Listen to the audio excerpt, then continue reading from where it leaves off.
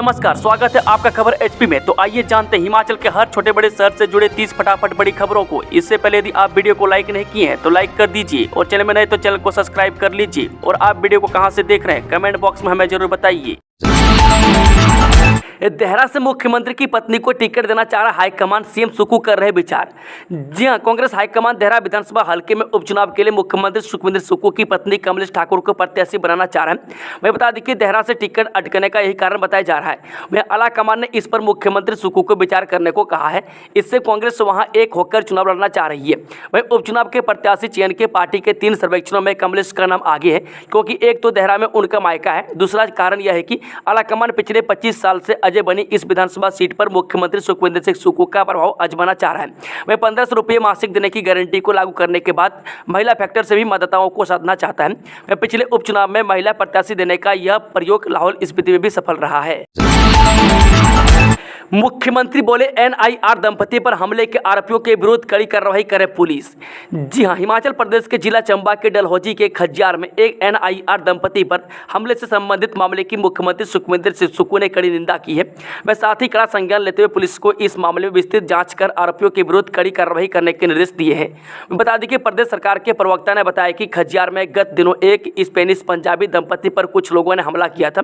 इस मामले में प्रदेश पुलिस अमृतसर पुलिस स्टेशन से आने वाली जानकारी के आधार पर उचित कार्रवाई सुनिश्चित करेगी। उन्होंने कहा कि प्रदेश के लोग अपनी सादगी और सौम्य स्वभाव के लिए जाने जाते हैं। हिमाचल में प्रत्येक वर्ष देश विदेश के विभिन्न कोने से पर्यटक घूमने आते हैं। वह प्रदेश सरकार की ओर से पर्यटकों को सुरक्षित माहौल प्रदान किया जाता है। कांग्रेस ने 2 उम्मीदवारों के नाम का किया ऐलान, जाने किसके ऊपर जताया पार्टी ने विश्वास। जी, हिमाचल प्रदेश में होने वाले विधानसभा उपचुनाव के लिए कांग्रेस ने नालागढ़ से हरदीप बाबा और हमीरपुर से डॉक्टर पुष्पेंद्र वर्मा को फिर प्रत्याशी बनाकर मैदान में उतारा है। वह सोमवार दोपहर कांग्रेस के राष्ट्रीय संगठन महासचिव केसी वेणुगोपाल ने प्रत्याशियों की सूची जारी की है।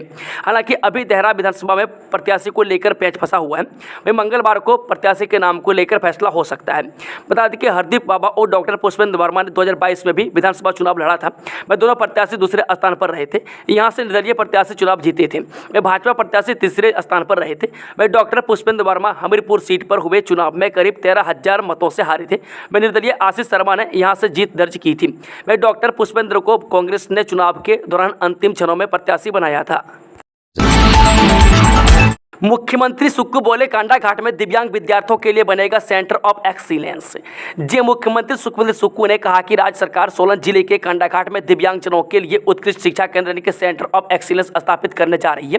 वह विशिष्ट सुविधाओं से सुसज्जित इस केंद्र में 27 वर्ष की आयु तक के विशेष रूप से सक्षम बच्चों के लिए आवासीय सुविधा, खेल मैदान और गुणवत्तापूर्ण शिक्षा सहित व्यापक सुविधाएं प्रदान की जाएंगी।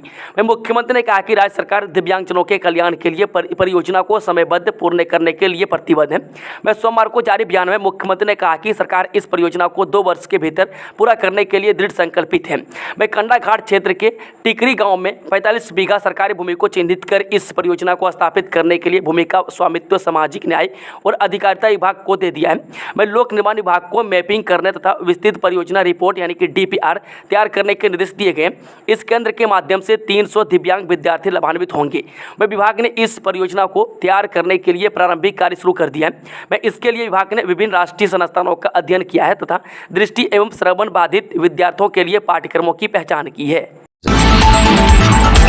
नेता प्रतिपक्ष बोले कहां गई सुक्खू सरकार की स्टार्टअप योजना। जी हां, नेता प्रतिपक्ष जयराम ठाकुर ने कहा कि सुक्खू सरकार की स्टार्टअप योजना का क्या हुआ, इस योजना का लाभ कब से युवाओं को मिलना शुरू हो जाएगा। मैं चुनाव के समय कांग्रेस ने गारंटी दी थी कि सरकार बनने पर हर विधानसभा क्षेत्र के युवाओं के लिए 10 करोड़ रुपये के हिसाब से 680 करोड़ रुपये के स्टार्टअप फंड का प्रबंध करेगी। मैं जिससे युवा अपने लिए रोजगार के साधन जुटाएं और अन्य लोगों को रोजगार भी दें। मैं कांग्रेस के कई नेताओं ने इसके लिए चुनाव से पूर्व ही युवाओं से फॉर्म भी भरवा लिए थे। मैं 1 साल तक सरकार इस फंड के नाम पर खामोश रही। मैं जयराम ने कहा कि सुक्खू सरकार ने भाजपा सरकार की ओर से शुरू की गई स्वावलंबन योजनाओं को भी बंद कर दिया। मैं बंद करने से पहले स्वीकृत योजनाओं का बजट भी जारी नहीं किया गया। मैं कुछ ऐसे भी युवा हैं जिन्हें कुछ किस्तें मिली है, मैं लेकिन बाकी की किस्तें नहीं दी जा रही है। मैं पूर्व सरकार में स्वावलंबन योजना के तहत प्रदेश में कुल 721 करोड़ रुपये का निवेश हुआ है। प्रदेश में 18 से बदलेगा मौसम, 21 जून तक बारिश। जी हाँ, हिमाचल में मौसम 18 जून से बदलना शुरू हो जाएगा और 19 से 21 जून के बीच प्रदेश के कई क्षेत्रों में बारिश का पूर्वानुमान है। मैं गर्मी से जूझ रहे प्रदेश के लिए यह राहत की खबर है। मौसम विभाग की ओर से दी गई जानकारी के अनुसार 19 जून से हिमाचल में प्री मानसून की बारिश शुरू हो जाएगी और उसके बाद 21 जून तक इसका असर रहेगा। मैं 22 जून को ड्राई मौसम का अनुमान है, जबकि इसके बाद फिर मानसून शुरू हो जाएगा। मैं मौसम में संभावित परिवर्तन के बावजूद 17 और 18 जून को भी प्रदेश के कई क्षेत्रों में हीट वेव का असर देखने को मिलेगा। इस दौरान अधिकतम तापमान 40 डिग्री के आसपास रह सकता है। मैं पिछले 24 घंटे में भी मौसम विभाग के अनुसार राज्य के सिरमौर और मंडी में गंभीर हीट वेव देखने को मिलेगी, जबकि ऊना, बिलासपुर, हमीरपुर, शिमला, सोलन, कांगड़ा और कुल्लू में भी गर्मी का असर देखा गया। यदि तापमान की बात करें तो सबसे ज़्यादा तापमान कांगड़ा के देहरा गोपीपुर में 40 डिग्री दर्ज किया गया है, जबकि सबसे कम लाहौल स्पीति के कुकुमसेरी में 7.2 डिग्री सेल्सियस रिकॉर्ड किया है। पिछले 24 घंटे में अधिकतम और न्यूनतम तापमान में कोई अंतर नहीं आया है। मौसम विभाग के अनुसार एक नया पश्चिमी विक्षोभ तैयार हो रहा है, जिसका असर 2 दिन के बाद से देखने को मिलेगा। प्रदेश के पर्यटन स्थलों में बेहतर ट्रैफिक व्यवस्था के लिए ड्रोन से सर्वे। जी हां, प्रदेश में बेहतर ट्रैफिक व्यवस्था बनाने के लिए हिमाचल प्रदेश के पर्यटन स्थलों का ड्रोन से सर्वेक्षण किया जा रहा है। ट्रैफिक, टूरिस्ट एवं रेलवे विभाग ने प्रदेश के मनाली और शिमला में ड्रोन से बनाई गई ट्रैफिक भीड़ कवरेज रिपोर्ट तैयार की है। हिमाचल प्रदेश पुलिस महानिदेशक डॉक्टर अतुल वर्मा ने ट्रैफिक, टूरिस्ट एवं रेलवे विभाग को निर्देश दिए हैं कि समर सीजन में इस वर्ष उत्तरी भारत में अत्यधिक गर्मी पड़ने के कारण बहुत लोगों ने शिमला, मनाली व धर्मशाला सहित अन्य पर्यटन स्थलों का रुख कर लिया है। जून महीने में इस वर्ष अब तक करीब 3 लाख से अधिक पर्यटकों के वाहन हिमाचल प्रदेश में बाहरी राज्यों से आ चुके हैं, जिसके कारण यातायात नियंत्रण की समस्या पैदा हो रही है। ट्रैफिक, टूरिस्ट एवं रेलवे विभाग के एएसपी नरबीर राठौर ने बताया कि पुलिस महानिदेशक हिमाचल प्रदेश अतुल वर्मा के निर्देश के अनुसार शिमला शहर एवं मनाली में ड्रोन के माध्यम से यातायात व्यवस्था को सुधारने का विभागों द्वारा कड़ा प्रयास किया जा रहा है। हिमाचल में बड़ी मंडियों के साथ बनाए जाएंगे कोल्ड स्टोर, योजना तैयार करने के दिए निर्देश। हिमाचल प्रदेश में बड़ी मंडियों के साथ अब कोल्ड या सीए स्टोर बनाए जाएंगे। प्रदेश सरकार ने किसानों की आय को बढ़ाने के मकसद से यह फैसला लिया है।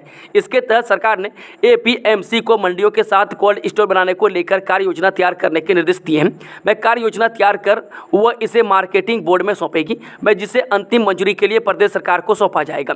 राज्य में कोल्ड स्टोर बनने से किसान अपने उत्पाद अच्छे दाम पर बेच सकेंगे, साथ ही फलों व अन्य उत्पादों की क्वालिटी भी बरकरार रहेगी। इसके तहत पहले बड़ी मंडियों के पास यह स्टोर बनाए जाएंगे, ताकि मंडी में अच्छे दाम नहीं मिलने पर उन्हें अपने उत्पाद स्टोर करने के लिए दूर न ले जाना पड़े। कृषि मंत्री प्रोफेसर चंद्र कुमार ने कहा कि किसानों व बागवानों को लाभ देने व उनकी आय बढ़ाने के लिए बड़ी मंडियों के करीब कोल्ड व सीए स्टोर बनाए जाएंगे।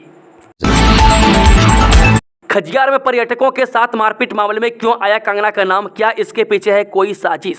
हिमाचल के चंबा में पंजाब से आए पर्यटकों के साथ हुए विवाद ने तुल पकड़ लिया है। चंबा के खजियार में घूमने आए पंजाब की दंपति के साथ हुई मारपीट के मामले में बॉलीवुड अभिनेत्री एवं मंडी की सांसद कंगना रनौत का नाम चर्चा में आ गया है। अफवाह है कि कंगना के साथ चंडीगढ़ एयरपोर्ट पर हुई थप्पड़ की घटना के बाद हिमाचल के लोग भी गुस्से में हैं।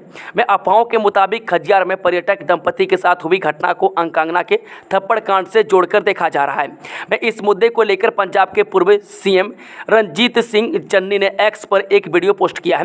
वह वीडियो के पूर्व सीएम चन्नी हिमाचल के मुख्यमंत्री सुखविंदर सिंह सुक्खू के साथ फोन पर बात करते हुए नजर आ रहे हैं। चन्नी सीएम सुक्खू के साथ फोन कॉल पर कहते हैं, खजियार में एनआरआई जैसे जोड़ों के साथ हुई मारपीट पंजाब हिमाचल के लिए चिंता का विषय बन गया है। कंगना के साथ चंडीगढ़ एयरपोर्ट पर हुए थप्पड़ कांड के कारण उनको पीटा गया।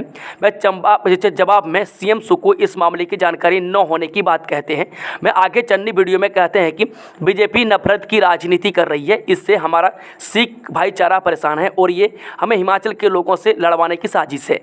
आप कृपया इसकी जांच करवाएं। जवाब में सीएम सुक्खू ने भी मामले की जांच का आश्वासन दिया है।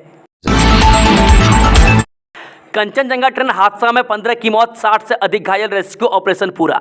जी हां, सोमवार सुबह को कंचनजंगा एक्सप्रेस दुर्घटनाग्रस्त हो गई। इस ट्रेन को एक मालगाड़ी ने टक्कर मार दी। अभी तक की जानकारी के मुताबिक बता दें कि 15 लोग मारे गए, जबकि 60 से अधिक घायल हो गए हैं। हादसा न्यू जलपाईगुड़ी से कोलकाता जाने के दौरान सिलीगुड़ी से सटे फांसी देवा ब्लॉक के घोसपुकुर इलाके में हुआ। जिस पटरी पर कंचनजंगा ट्रेन थी उसी पटरी पर मालगाड़ी ने पीछे से टक्कर मार दी। प्राथमिक उप सूचना के अनुसार मालगाड़ी के ड्राइवर ने सिग्नल की अनदेखी अनदेखी की। मैं रेल मंत्री अश्विनी वैष्णव घटनास्थल पर पहुंचे। उन्होंने कहा कि वह किसी भी टिप्पणी का जवाब नहीं देंगे और न ही इस समय राजनीति करने का समय है। वे वैष्णव ने कहा कि रेस्क्यू ऑपरेशन पूरा हो चुका है। मैं प्रधानमंत्री मोदी ने पश्चिम बंगाल में रेल दुर्घटनाग्रस्त में प्रत्येक मृतक के परिजनों को PMNRF से 2 लाख रुपये और प्रत्येक घायल को 50,000 रुपये की अनुग्रह राशि देने की घोषणा की है। मैं पश्चिम बंगाल रेल दुर्घटना पर रेल मंत्री अश्विनी वैष्णव ने कहा कि पीड़ितों को बढ़ी हुई अनुग्रह राशि प्रदान की जाएगी।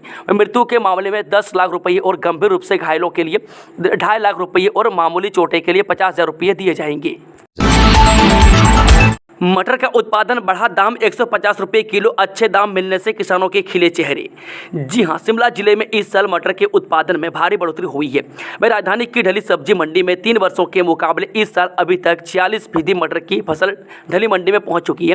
वह बीते साल ढली सब्जी मंडी में 1,74,710 क्विंटल मटर की फसल पहुंची थी। इस वर्ष अप्रैल से 29 मई तक 2 माह में ही 80,534 क्विंटल मटर की फसल पहुँच चुकी है। बता दें कि मटर के दाम भी अच्छे मिल रहे हैं। निर्जला एकादशी का व्रत आज 19 को होगा, पारण मिलते हैं ये विशेष लाभ। ज्येष्ठ माह के शुक्ल पक्ष की एकादशी तिथि मंगलवार को निर्जला एकादशी व्रत रखा जाएगा। इस साल एकादशी तिथि सोमवार और मंगलवार 2 दिन होने से लोग असमंजस में हैं। वह शास्त्रों के अनुसार उद्या तिथि यानी मंगलवार को ही निर्जला एकादशी व्रत रखा जाएगा। वह निर्जला एकादशी व्रत को सभी 24 एकादशियों में से श्रेष्ठ माना जाता है। यह व्रत सभी एकादशियों में सबसे कठोर माना जाता है। इस व्रत को सूर्य उदय से सूर्यास्त तक बिना अन्न और जल के रखा जाता है। मैं निर्जला एकादशी व्रत रखकर पारण करने से अक्षय फल प्राप्त होता है। मैं राधा कृष्ण मंदिर के पुजारी उमेश चंद नोटियाल ने बताया कि ज्येष्ठ माह के शुक्ल पक्ष की एकादशी तिथि 17 जून सुबह 4:44 शुरू हुई। मैं 18 जून सुबह 6:25 तक एकादशी तिथि रहेगी। मैं द्वादशी तिथि 19 जून तक रहेगी, इसलिए 19 जून यानी बुधवार को व्रत का पारण किया जाएगा। मैं बुधवार सुबह 5:24 से सुबह 7:29 के बीच एकादशी व्रत का पारण किया जाएगा। मैं एकादशी तिथि भगवान विष्णु को अति प्रिय है। यह व्रत ज्येष्ठ मास में पड़ने के कारण इस दिन गर्मी से राहत देने वाली शीतल वस्तुओं का दान करना चाहिए। इस दिन वस्त्र दान, छत्र, जूता और फल दान करने से शुभ फल प्राप्त होता है। नेता प्रतिपक्ष बोले, प्रदेश में बढ़ रहा जल संकट, सरकार खामोश। जी, नेता प्रतिपक्ष जयराम ठाकुर ने कहा कि प्रदेश जल संकट से गुजर रहा है। वह पानी की आपूर्ति पूरे प्रदेश में प्रभावित है। वह पर्यटन सीजन चल रहा है, लेकिन हर जगह पानी की कमी से लोग परेशान हो रहे हैं। वह इस संकट से निपटने के लिए सरकार की ओर से गंभीरता से प्रयास नहीं किए जा रहे हैं। वह प्रदेश की राजधानी की बात करें तो ज़्यादातर जगहों पर 4 से 5 दिन में पानी आ रहा है। वह कई जगहों पर हालात तो और भी बुरे हैं। वह पूरे प्रदेश का यही हाल है, लेकिन सरकार इस मामले में पूरी तरह से खामोश है। वह सरकार इस जल संकट को हल करने के लिए गंभीरता से काम नहीं कर रही है। उपभोक्ताओं के लिए राहत भरी खबर, डिपो में रिफाइंड तेल हुआ सस्ता। जे राशन उपभोक्ताओं के लिए राहत भरी खबर है। वह राशन डिपो में उपभोक्ताओं को इस माह यानी जून माह में रिफाइंड तेल 7 रुपये सस्ता मिलेगा। वह बीते माह जहां डिपो में रिफाइंड 104 रुपये दाम थे, वहीं जून माह में दामों में कटौती हुई है। वह बाजारों में दाम गिरने से डिपो में भी तेल के दामों में गिरावट आई है। वह इससे आम उपभोक्ताओं को राहत मिलेगी। वहीं सरसों के तेल दामों में गिरावट नहीं आई है। वह सरसों का तेल पहले ही तरह 110 रुपये डिपो में मिलेगा। बीते 6 माह में रिफाइंड के तेल में पहली बार इतनी गिरावट दर्ज की गई है। 4 दिन के पुलिस रिमांड पर भेजा, शीतला पुल के पास पकड़ा चिट्टे का तस्कर। चंबा पुलिस के द्वारा शीतला पुल के पास 11 किलो 58 ग्राम के साथ पकड़े गए व्यक्ति को कोर्ट ने 4 दिनों के पुलिस रिमांड पर भेज दिया गया है। वह पुलिस अब इस दौरान व्यक्ति से चिट्टे के बारे में गहनता से पूछताछ करेगी, ताकि चिट्टे की बड़े सप्लायरों तक पहुंचकर बड़ी कार्रवाई की जा सके। वह चंबा बस स्टैंड के पास बीते शनिवार को देर रात चंबा पुलिस ने DSP प्रोबेशनर मयंक शर्मा की अगुवाई में गश्त के दौरान शौकत अली पुत्र मंजीर मोहम्मद निवासी गांव डाकघर जांगी को 11 किलो 58 ग्राम चिट्टे के साथ पकड़ा था। DSP प्रोबेशनर मयंक शर्मा ने बताया कि 11 किलो 58 ग्राम चिट्टे के साथ पकड़े गए व्यक्ति को कोर्ट में पेश किया गया, जहां उसे 4 दिनों के रिमांड पर भेजा गया है। हाईकोर्ट ने दिए NH व जल स्रोतों के आसपास कचरे की डंपिंग रोकने के आदेश। जय प्रदेश हाईकोर्ट ने राष्ट्रीय राजमार्गों सहित सभी जल स्रोतों के आसपास कूड़े कचरे की डंपिंग रोकने के ठोस उपाय करने के आदेश जारी किए। मुख्य न्यायाधीश MS रामचंद्र राव और न्यायाधीश सत्येंद्र वैद्य शहरी विकास विभाग के सचिव को प्रदेश की 3226 ग्राम पंचायतों के सचिवों सहित सभी नगर पालिकाओं, नगर परिषदों और संबंधित DC के साथ मीटिंग कर उत्पादित ठोस कचरे के उचित प्रबंधन पर विचार करने के आदेश जारी किए। कोर्ट ने ठोस कचरे विवेक प्रबंधन के साथ साथ दोषियों को दंडित करने के लिए उपलब्ध कानूनों का प्रयोग करने के आदेश भी दिए। वह कोर्ट ने सभी सचिवों को 12 अगस्त 2024 तक अपने जवाब दायर करने के आदेश दिए हैं। नादौन में पैरापीट से टकराने के बाद कार बनी आग का गोला। जी हिमाचल के हमीरपुर जिला के तहत नादौन में एक बड़ा हादसा हुआ है। यहां पर ब्यास पुल की दूसरी ओर मझीन चौक के नज़दीक देर रात कार सड़क के किनारे बने पैरापीट से टकरा गई। इसके बाद गाड़ी में आग लग गई। गाड़ी में 3 लोग सवार थे। गनीमत यह रही कि कार में सवार तीनों ही लोग आग लगते ही कार के शीशे तोड़कर बाहर निकल गए। इस हादसे के बाद निकट के होटल के कर्मचारी आवाज़ सुनकर बाहर आ गए। उन्होंने पुलिस और फायर ब्रिगेड को फोन पर सूचित किया। मौके पर पहुंची फायर ब्रिगेड ने आग पर काबू पाया, परंतु तब तक कार जलकर राख हो चुकी थी। क्रेन की मदद से कार को सड़क के एक किनारे पर धकेला गया। गाड़ी में सवार तीनों ही लोगों को हल्की चोटें आई है, जिनका उपचार नादौन अस्पताल में चल रहा है। मौके पर पहुंची पुलिस ने भी घटनास्थल का जायजा लिया और घायलों के बयान कलमबद्ध किए। पुलिस मामले की छानबीन कर रही है। हिमाचल उपचुनाव में बीजेपी प्रत्याशियों की नामांकन तिथि तय, कांग्रेस की लिस्ट का इंतजार। हिमाचल प्रदेश के 3 विधानसभा क्षेत्र में 10 जुलाई को मतदान होना है। इसके नतीजे 13 जुलाई को आएंगे। हिमाचल प्रदेश की नालागढ़, देहरा और हमीरपुर सीट पर उपचुनाव होने जा रहा है। भारतीय जनता पार्टी ने प्रत्याशियों की घोषणा कर दी है और अब प्रत्याशियों के नामांकन की तारीख भी सामने आ चुकी है। हमीरपुर से भाजपा प्रत्याशी आशीष शर्मा 18 जून को नामांकन दाखिल करेंगे। इसी तरह नालागढ़ से भाजपा प्रत्याशी कृष्णलाल ठाकुर 20 जून और देहरा से भाजपा प्रत्याशी होशियार सिंह 21 जून को नामांकन दाखिल करेंगे। इस दौरान भारतीय जनता पार्टी के यह प्रत्याशी भीड़ जताकर शक्ति प्रदर्शन भी करने वाले हैं। प्रियंका गांधी के वायनाड से पॉलिटिकल डेब्यू पर भाजपा का तंज, कांग्रेस ने जताई खुशी। जब कांग्रेस नेता राहुल गांधी उत्तर प्रदेश के रायबरेली से सांसद बने रहेंगे, वह केरल की वायनाड सीट छोड़ेंगे। इसकी जानकारी कांग्रेस के राष्ट्रीय अध्यक्ष मल्लिकार्जुन खड़गे ने सोमवार को मीडिया से बातचीत के दौरान दी। खड़गे ने बताया कि वायनाड संसदीय सीट से कांग्रेस महासचिव प्रियंका गांधी वाड्रा उपचुनाव लड़ेंगी। इस ऐलान के साथ ही प्रियंका गांधी राजनीति में डेब्यू भी करने जा रही है। वह पहला मौका होगा जब वह चुनावी मैदान में उतरेंगी। वहीं इस पर भाजपा और कांग्रेस दोनों दलों के नेताओं की तरफ से प्रतिक्रियाएं भी आई है। भाजपा के राष्ट्रीय प्रवक्ता अजय आलोक ने कहा कि केरल की जनता पढ़ी लिखी है, वह परिवारवाद और तुष्टीकरण का जवाब देगी। वह भाजपा अपनी पूरी ताकत से चुनाव लड़ेगी। वह प्रियंका गांधी के लिए वायनाड में बड़ी चुनौती होगी। उन्होंने कहा कि यूपी में प्रियंका गांधी के प्रभारी बनने पर पार्टी महज 2% वोट पाकर सिमट गई थी। अगले दलाई लामा को लेकर गहरी साजिश में जुटा चीन, दबाव की कूटनीति में अमेरिका। जानिए क्या है भारत का रुख। जी, अपने उत्तराधिकारी के पुनर्जन्म को लेकर मौजूदा दलाई लामा ने अहम बयान दिया है। हाल के वर्षों में इस विषय पर उनकी तरफ से दिया गया पहला बयान है। इस मुद्दे पर अंतर्राष्ट्रीय कूटनीति की शुरुआत होती दिख रही है। चीन की गहरी साजिश के खिलाफ इस पर अंतर्राष्ट्रीय लामबंदी हो सकती है। जानिए क्या है भारत का इस पर रुख। दलाई लामा के पुनर्जन्म को लेकर अपनी अलग साजिश करने में जुटे चीन को एक स्पष्ट संकेत देते हुए 14वें दलाई लामा ने स्पष्ट तौर पर कहा कि उन्होंने इस बारे में अभी तक सोचा नहीं है। वे दिल्ली से मैक्लोडगंज आए पत्रकारों के एक दल के साथ अपने कार्यालय में मुलाकात के दौरान तिब्बती बौद्ध धर्मगुरु ने कहा, अपने पुनर्जन्म को लेकर मैं अभी कुछ नहीं सोच रहा हूं। मैं जब तक मैं जिंदा हूं ज़्यादा से ज़्यादा लोगों की मदद करना चाहता हूं। सरकार की दिशा, किसानों के लिए शिवराज कौन है, मोदी के 4 भरोसेमंद मंत्री और कैसे पूरा होगा विकसित भारत का लक्ष्य।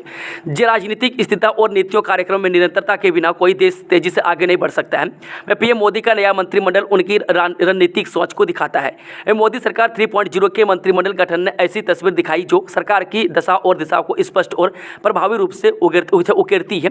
प्रधानमंत्री नरेंद्र मोदी ने बड़े और अहम मंत्रालयों की जिम्मेदारी में कोई फेरबदल नहीं किया है।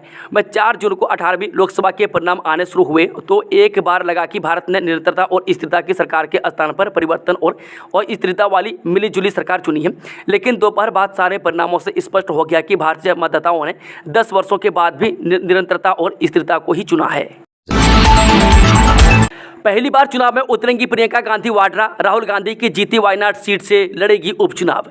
जी हां, राहुल गांधी की बहन प्रियंका गांधी पहली बार चुनावी मैदान में बतौर प्रत्याशी ताल ठोकेंगी। ये पहली बार होगा जब अपने राजनीतिक जीवन में प्रियंका गांधी कोई चुनाव लड़ेंगी। रेलवे का कवच सिस्टम क्या है, कंचनजंगा एक्सप्रेस हादसे में क्यों नहीं आया काम। जिस वक्त यह हादसा हुआ उस वक्त Kanchenjunga express train new Jalpaiguri station को पार कर सियालदाह की तरफ जा रही थी। तभी पीछे से इसे एक मालगाड़ी ने टक्कर मार दी। ये टक्कर इसलिए हुई क्योंकि मालगाड़ी के लोको पायलट ने सिग्नल तोड़ दिया, जिससे ये पटरी पर खड़ी कंचनजंगा से भिड़ गई। इस हादसे के बाद लोग सवाल कर रहे हैं कि आखिर इस मामले में रेलवे की ओर से बनाए गए सिस्टम कवच ने क्यों काम नहीं किया। रेलवे ने दावा किया था कि ऐसे हादसों से बचाने के लिए ऑटोमेटिक ट्रेन प्रोटेक्शन सिस्टम कवच को बनाया गया था। T20 वर्ल्ड कप से बाहर हुआ पाकिस्तान, कप्तानी छोड़ने के सवाल पर क्या बोले बाबर आजम। जी हाँ, पाकिस्तान का अभियान आयरलैंड पर जीत के साथ खत्म हुआ। मैं आयरलैंड पर यह जीत इसलिए काम नहीं आई क्योंकि वह 2 मैच पहले ही हार चुका था। मैं पाकिस्तान ने रविवार को आयरलैंड को 3 विकेट से हराकर जीत तो हासिल की, लेकिन टीम को सुपर 8 में जगह बनाने में कामयाबी नहीं मिली। मैं पाकिस्तान में कप्तान बाबर आजम की चौतरफा आलोचना हो रही है। मैं कई लोग उनसे इस्तीफे की मांग कर रहे हैं। बता दें कि आयरलैंड के साथ मैच की बात करें तो पाकिस्तान ने टॉस जीतकर पहले गेंदबाजी का फैसला लिया था। मैं आयरलैंड पूरे 20 ओवर बल्लेबाजी की और 9 विकेट गंवाकर 106 रन ही बनाए। राहुल गांधी रायबरेली से बने रहेंगे सांसद, वायनाड सीट पर प्रियंका गांधी लड़ेंगी चुनाव। जी हां, कांग्रेस नेता राहुल गांधी ने रायबरेली और केरल में से एक सीट चुन ली है। मैं राहुल यूपी की रायबरेली सीट से लोकसभा सांसद बने रहेंगे, जबकि वायनाड सीट से इस्तीफा देंगे। उनकी बहन और पार्टी की राष्ट्रीय महासचिव प्रियंका गांधी वायनाड से उपचुनाव लड़ेंगी। मैं राहुल गांधी ने लोकसभा चुनाव 2024 में वायनाड और रायबरेली सीट से जीत दर्ज की है।